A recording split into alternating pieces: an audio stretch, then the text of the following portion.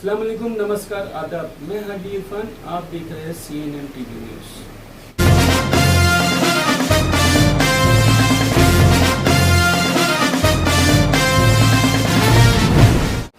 2018 में आपकी society registered है।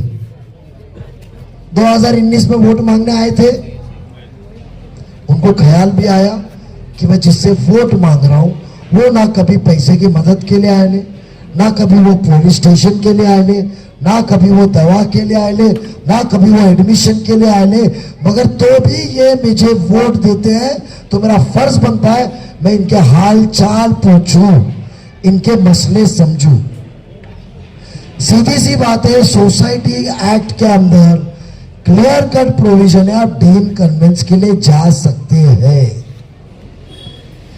मुझे रसूख तो मैं तो आज भी अल्हम्दुलिल्लाह अल्लाह ने ताकत, कुव्वत, सीरत, सलाहियत, तासीरत जबान में दी है कि बगैर अंदर के भी मैं आपके काम कर सकता हूं, मगर करना चाहत ज्यादा है, इसके लिए इलेक्शन में खड़ा हूं कि कहीं तभी आपकी जरूरतें पूरी नहीं हो रही। हमको सिर्फ वोट में वापरा जा रहा है, पर हमारी फिक्र नहीं की जा रही है।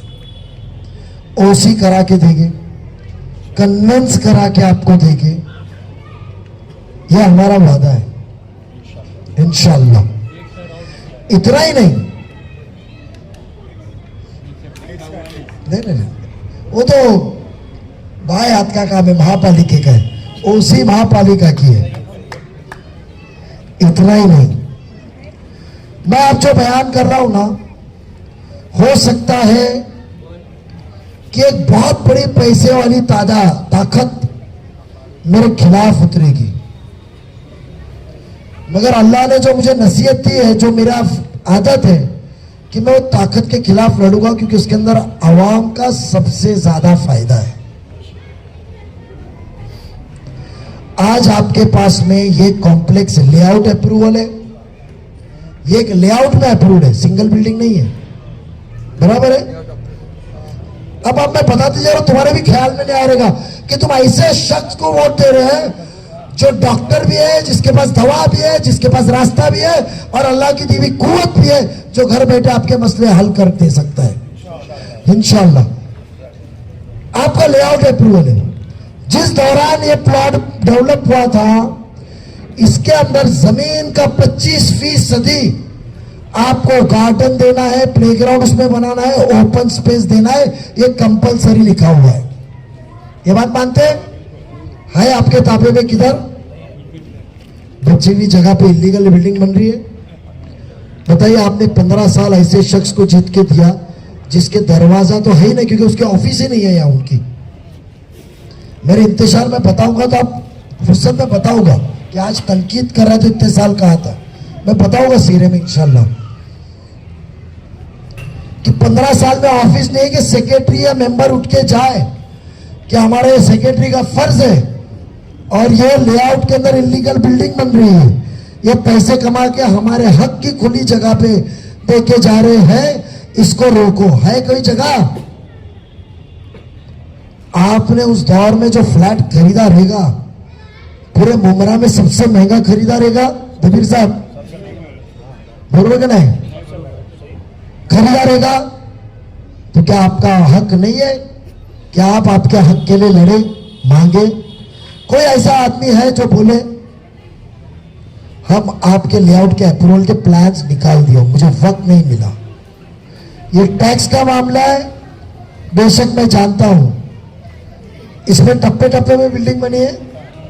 हाँ, ये 8वां 9वां 10वां माला बाद में बना है, इसके लिए रेट बाद में अलग आया होगा।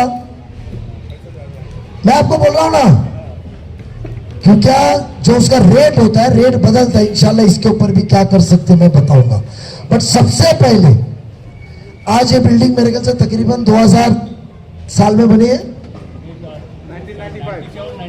95 में होनी है। आप सोचिए, 95 ओसी 97 की है। हाँ सॉरी, बिल्डिंग बनी है, plan sanction copy, light metre 95 का रहेगा, टैक्स 2000 से तो रहेगा, आज 3 साल बाद या 1 साल बाद समझो पोजीशन का पुरावा रहा, आप एलिजिबल है 50% रहते हुए घर के एक्स्ट्रा एफएसआई फ्री में, डिलैपिडेटेड बिल्डिंग का फ्री में 30 साल के बाद 50% आपका घर फ्री में एफएसआई है, कॉरपोरेशन देती है, मगर सब चीज बेकार, क्योंकि ना आपके नाम पे जमीन है ना आपके पास ओसी है। तो क्या आप ऐसा नुमाइंदा चुन के नहीं देना चाहेंगे जो अपनी जेब भरने से ज्यादा आप लोगों को सहूलत दे और आप लोगों की जेब भरे? आप नहीं देना चाहोगे? क्योंकि हम फिक्र में है कि अल्लाह ने हमको कुव्वत दी है, कुर्सी दी है, तो कल मेरे को आखिरत में पूछा जाएगा कि तेरे को ताकत और दिमाग भी दिया था, तू जो जबान से बात करता था अधिकारी गुलाम की तरह सुन के काम भी करता था, तेरे में समझ भी थी, तो तूने क्यों इनको फैस पहुंचाया? नहीं, मैं तो गुनहगार हो जाऊंगा। मगर आज आप जिसको चुन के देते हैं वो क्या बोलता है? क्यों दूं बाम्बे साहब तुमको, क्यों दूं दबीर साहब, क्यों असलम भाई, क्यों दूं? तुम्हारे पास में कोई है चॉइस? सोचो, मेरे अलावा किसी को सोचे तो बीजेपी आ जाएगी, मेरे अलावा किसी को देखे तो इस्लाम खतरे में होगा, मेरे अलावा किसी को देखे तो ये मस्जिदें आबाद नहीं होंगी। मुमरा कौसा में 2014 से 19 तक इस राज्य में बीजेपी सरकार थी, 5 साल मुकम्मल तौर पे विद सिंगल मेजॉरिटी। भले मैं मानता हूं उस दौरान पे राष्ट्रवादी ने ही साथ दी थी, पवार साहब ने। आज उस होते हुए क्या हमारे मस्जिद में बने मुमरा कौसा में? क्या हमारे घर में बने? क्या हमारे मदरसे ने बने? ये तो कोविड के बाद रास्ते पे नमाज पढ़ना बंद हुआ, उसके पहले क्या वो दौर में नमाज रास्ते पे नहीं पढ़े ना? तो हमको किस बात का डर? और आप घड़ी निशानी पे वोट मांगने आए हम लोग, क्या आपके पास में हम कमल पे मांगने आए, घड़ी की निशानी पे मांगने आए? ये बात सच है। जब जितेंद्र आवाड साहब खुद की सहूलत के लिए पिछले 2019 में आपको कहा कि बाबरी शहीद करने वाले, 92 के दंगे करने वाले धनुष्यबान को आप वोट दोगे, ये कहा प्रचार में। 1 महीने बाद जीत के बाद तो उनके साथ में सरकार में बैठे। 2024 में खुद ने ही बीजेपी की सरकार में जाइए सब आमदारों के साथ लेटर साइन करके दिया। उनकी सहूलत में गुमराह, जबकि हमको यह सिखाया जाता है गुमराह करना भी लोगों को एक गुनाह है। जैसे सही है ना, गुमराह करना भी गुनाह है। आलिम कहते गुमराह मत करो लोगों को, गुनाह है। ये गुमराह करें। मुझे बताइए कि आप आपका नुमाइंदा आपके कौम का क्यों नहीं चुन सकते? आप बहुत से रत्नागिरी से ताल्लुक रखते रहोगे, रायगढ़ से रखते रहोगे, या आजमगढ़ या बहराइच या गोंदिया से रखते, अपना गोंडा से रखते होगे, सिद्धार्थनगर से। वहां वोट कैसा होता है? ठाकुर ठाकुर के लिए लड़ता है, यादव यादव के लिए लड़ता है, वानी वानी के लिए, कुंभी कुंभी के लिए, मराठा मराठा के लिए कोकन में। तो एक मोमिन ने एक मोमिन की तायद किया तो बीजेपी का हो गया। यानी मुसलमान की तादाद ज्यादा है। हमने 2 साल पहले सब्जेक्ट गए थे भाईजान, क्या मांगे थे कि हमारे पास 52% है, सिंधुदुर्ग से लेकर पालघर तक, पालघर से लेकर नासिक, नगर, पूना, सोलापुर, कोल्हापुर, सांगली, सातारा, नांदेड़, उस्मानाबाद, ये सब जिलों में एक मुसलमान आप हसन मुशर्रफ को देते हो, वो भी गैर पसंद करते, हमारे हिंदू भाई लोग पसंद करते इसके लिए। हमारी एक ही वाइट सीट है जिधर बंबई छोड़ते 50% मुसलमान है। जब मराठा अपने हक के लिए लड़ता है, कुंभी अपने हक के लिए लड़ता है, यादव अपने हक के लिए लड़ता है, हमारे में तो ये तबका नहीं है, हम तो मोमिन तो एक है, यह हमको सिखाया गया इस्लाम में। तो हम हमारे लिए सीट मांगे तो कोई गुनाह किए? और जब आप, मैंने पवार साहब को कहा, आवाज साहब के बीच में जब पार्टी टूटी नहीं थी, मार्च महीना 2023 में कि साहब हम क्यों ना, मुझे मत दो, मशाल चिंगारी मैं जलाया हूं हक के लिए, मुझे मत दो, कोई तभी मोमिन को दो। और आपके आवाज सबको बोलो कि आप इतनी बड़ी बातें करते हैं, आप इतने महाराष्ट्र के नेता हैं, वो मुसलमान को कलवा से आप वोट दिलाओ और उसको जिताओ। भले सैयद अली भाई साहब को दो आप। जब हमारे को हमारे हक की, हमारे हिस्से की जरूरत है तो सेक्युलर नाम का एक शख्स आ जाता है। कम तादाद में तो पूछना ही मत। तो हमने सिर्फ वोट देने का ठेका लिए, हमने क्या सिर्फ वोट देने का ठेका लिए, हमने क्या मोहताजी का ठेका लिया है क्या दूसरे के दरवाजे पे जाए। आज अपने कौम के लोग हैं, अपने इसके लिए सोच के आया ना मैं इनका काम क्या कर सकता हूं। ये घुर्नी को तोड़ना, आप महाराष्ट्र के अंदर इतिहास बनाने वाले। आज नजीब मुल्ला को जिता के पूरे महाराष्ट्र में एक रास्ता बताओगे कि जहां छोटे मोहल्ले हो, बड़े गांव हो, छोटे गांव हो, जहां हमारे मोमिन माइनॉरिटी के लोग हैं उनके वोट दूसरी जगह जा सकते हैं, बशर्त आप काम करो, हमारी खिदमत करो, गुरूर और तकब्बुर से दूर रहो। आप हमको टेक फॉर ग्रांटेड मत लो। 2 दिन पहले एक मिल्लत टाइम्स करके कासमी, तबरेज कासमी ना, दिल्ली के शम्स तबरेज कासमी साहब का इंटरव्यू था मौलाना सज्जाद नोमानी साहब के। उसमें उन्होंने क्या कहा, मायूसी, इन्होंने हमें टेक फॉर ग्रांटेड लिया है। किसने? महाविकास आघाड़ी सेक्युलर फोर्स ने ये कहा कि हमने 25 सीट मुसलमानों की मांगी थी, जहां में 31 खासदार, 200 सीट के खासदार हमने जब चुन के दिए दिल्ली में, मुसलमान के इत्तेहाद पे, सेक्युलर के इत्तेहाद पे हमने चुन के दिया, पूरे 288 में 25 मांगे, 10% भी नहीं। तो आपने हमको डिनाई किया। एक सीट दिए शरद पवार साहब ने, उलेमाओं की मीटिंग लेते, और वह अजित पवार जिसने चिल्ला चिल्ला के कहा कि मैंने मेरे सेक्युलर शाह फुले अंबेडकर को कॉम्प्रोमाइज नहीं किया, मैं बीजेपी की सरकार में गया, अजित पवार ने कहा तो मेरी शर्त यह थी कि जब तक अजित पवार कैबिनेट में रहेगा मुसलमानों को महफूज रखेगा और आवाज उठाएगा। ये कहा, उसने 8 सीट दी, 6 थी मैंने सब 6 सीट दी, जिसकी औरत को भी मुसलमानों ने वोट नहीं दिया क्योंकि वो माहौल अलग था। 6 सीट दी, इतना ही नहीं, 2 आमदार की थी 14 अक्टूबर आचार संहिता लगने के पहले, 2 ही सीट मिली, 3 बीजेपी ने ली, 2 शिवसेना ने ली। वो तो एमएलसी है, उसमें तो आप लोगों की वोट की जरूरत नहीं है। बट उसने कहा कि महाराष्ट्र 1971-61 जब से महाराष्ट्र तामीर हुआ है, पहली बार ऐसा दिन है कि विधान परिषद में एक भी मुसलमान एमएलसी आमदार नहीं है। क्यों कांग्रेस नहीं देने सकती थी?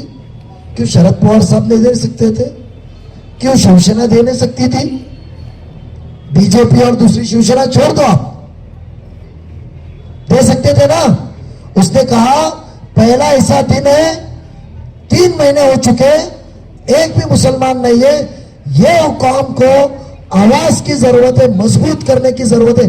सोचो वो इंसान को सिर्फ 2 सीट मिली है 7 में से, उसमें तुम्हारी वोट की भी जरूरत नहीं है।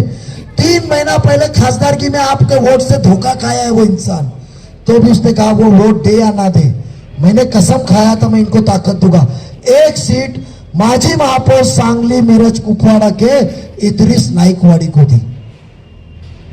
एक मास्टर का बेटा, एक टीचर का बेटा महापौर था, उनको मैं मिलाया था, महाराष्ट्र का सदर बनाया न्यू बॉम्बे।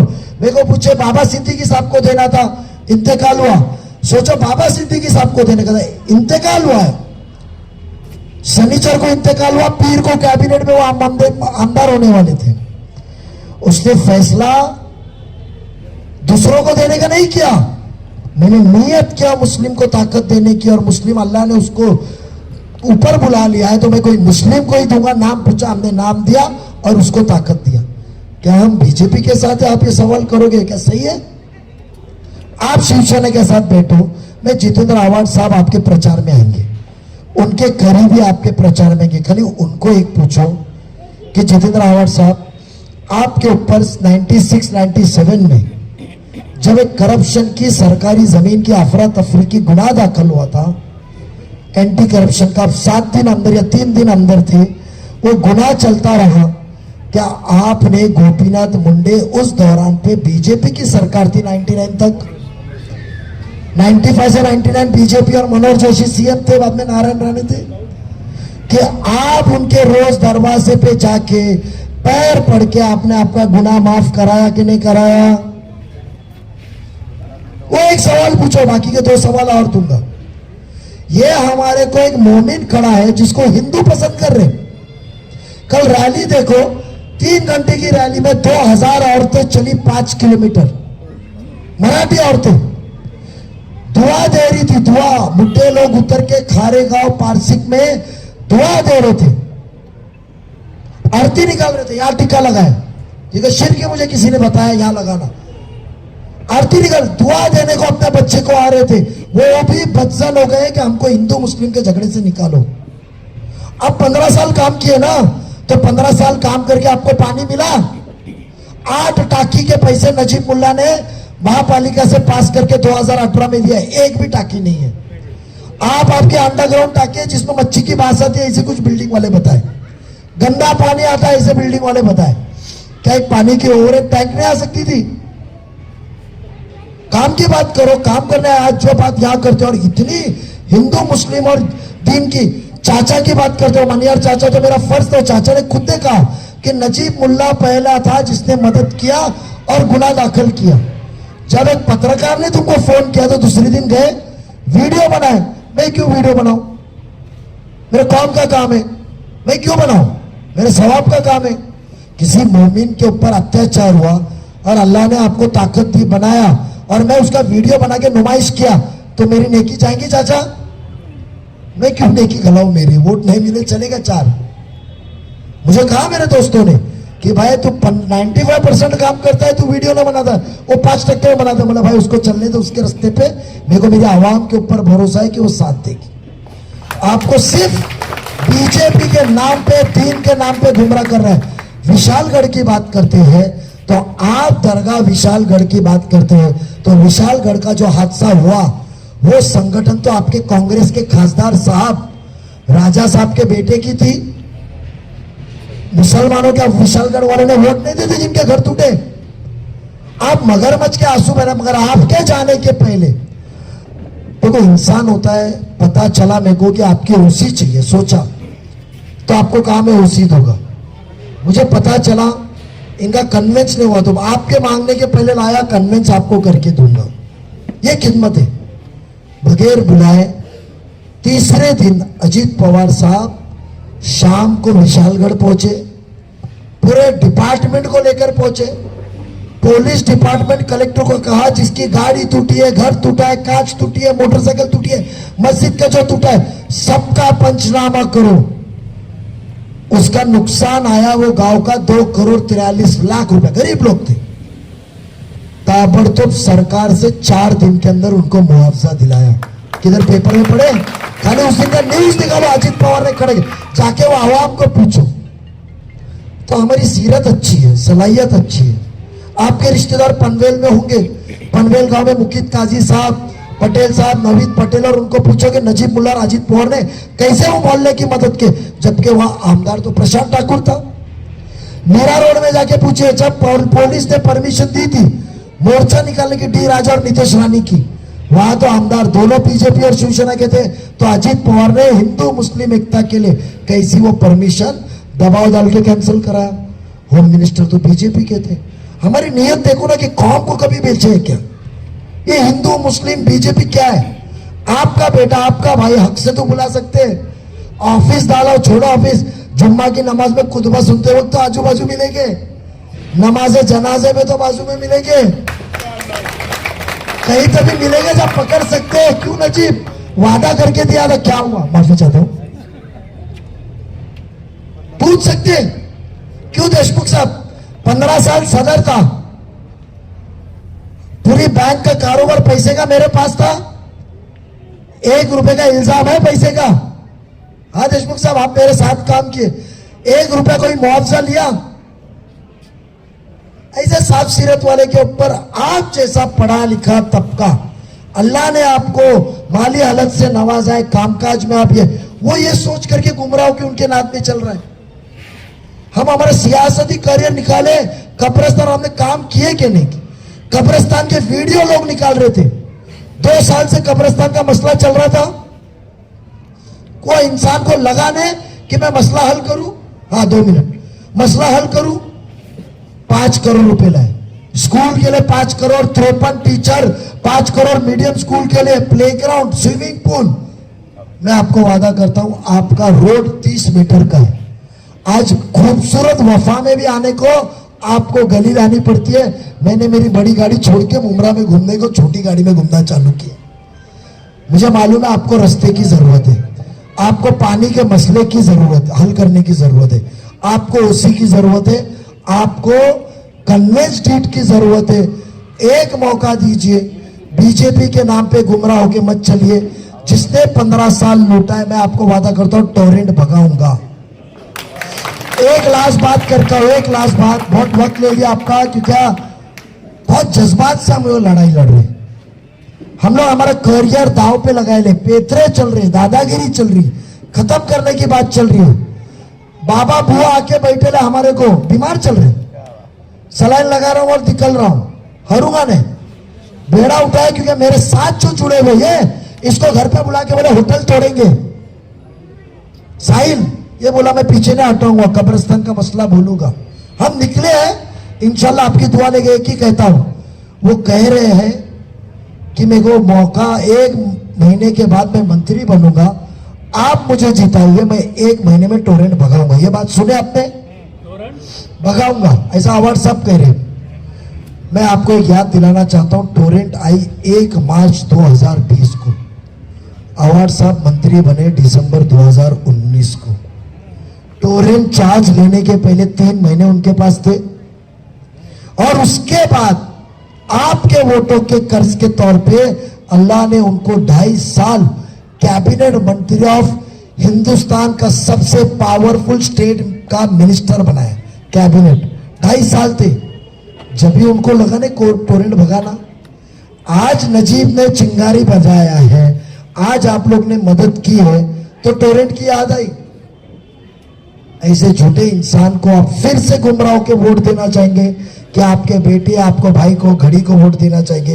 ये फैसला आपका। मैं सिर्फ 2 चीज कहूंगा कि आप मेरी को दुआ में शरीक रखिए जरूर। मैं तो अल्लाह से रोज दुआ मांगता हूं कि अल्लाह इनको दिल में मेरी सच्चाई का यकीन दिलाए कि ये घड़ी के निशानी के ऊपर वोट देके जो तब्दीली इस आवाम को लाने की है, जो ताकत अल्लाह ने मुझे दी है, वो खिदमत के लिए मुझे मौका दे। 20 नवंबर को घड़ी को याद रखेंगे। यही कह के मैं अपने अल्फाज खत्म करता हूं, और ये जो वादा है ये मेरा फर्ज है। इंशाल्लाह ये मैं तो ऐसा भी कर सकता हूं, मैं कर दूंगा, आपको वकील दूंगा, एप्लीकेशन दूंगा। असलम भाई को मैं ये करके दूंगा, आपको उनके हाथ से आए थे इसके लिए। असलम भाई मैं करके दूंगा, मेरा मोबाइल नंबर ले लो, मैं फोन उठाया नहीं तो टेक्स्ट मैसेज करना। व्हाट्सएप मैं देखता नहीं हूं, मुझे व्हाट्सएप देखना है तो लोग टेक्स्ट करते कि आप व्हाट्सएप चेक करो, मैं व्हाट्सएप देखता नहीं हूं। टेक्स्ट मैसेज करो, मैं रिप्लाई करूंगा। और बेशक दुआ के साथ साथ उम्मीद रखो घड़ी के निशानी को वोट गिरेगा। और आपको जो कहो अल्लाह को गवाह रख के सच कहो, खुले आसमान के नीचे कहो, क्योंकि हमें कब्र के अजाब का डर है, आखिरत का डर है। अल्लाह हाफिज।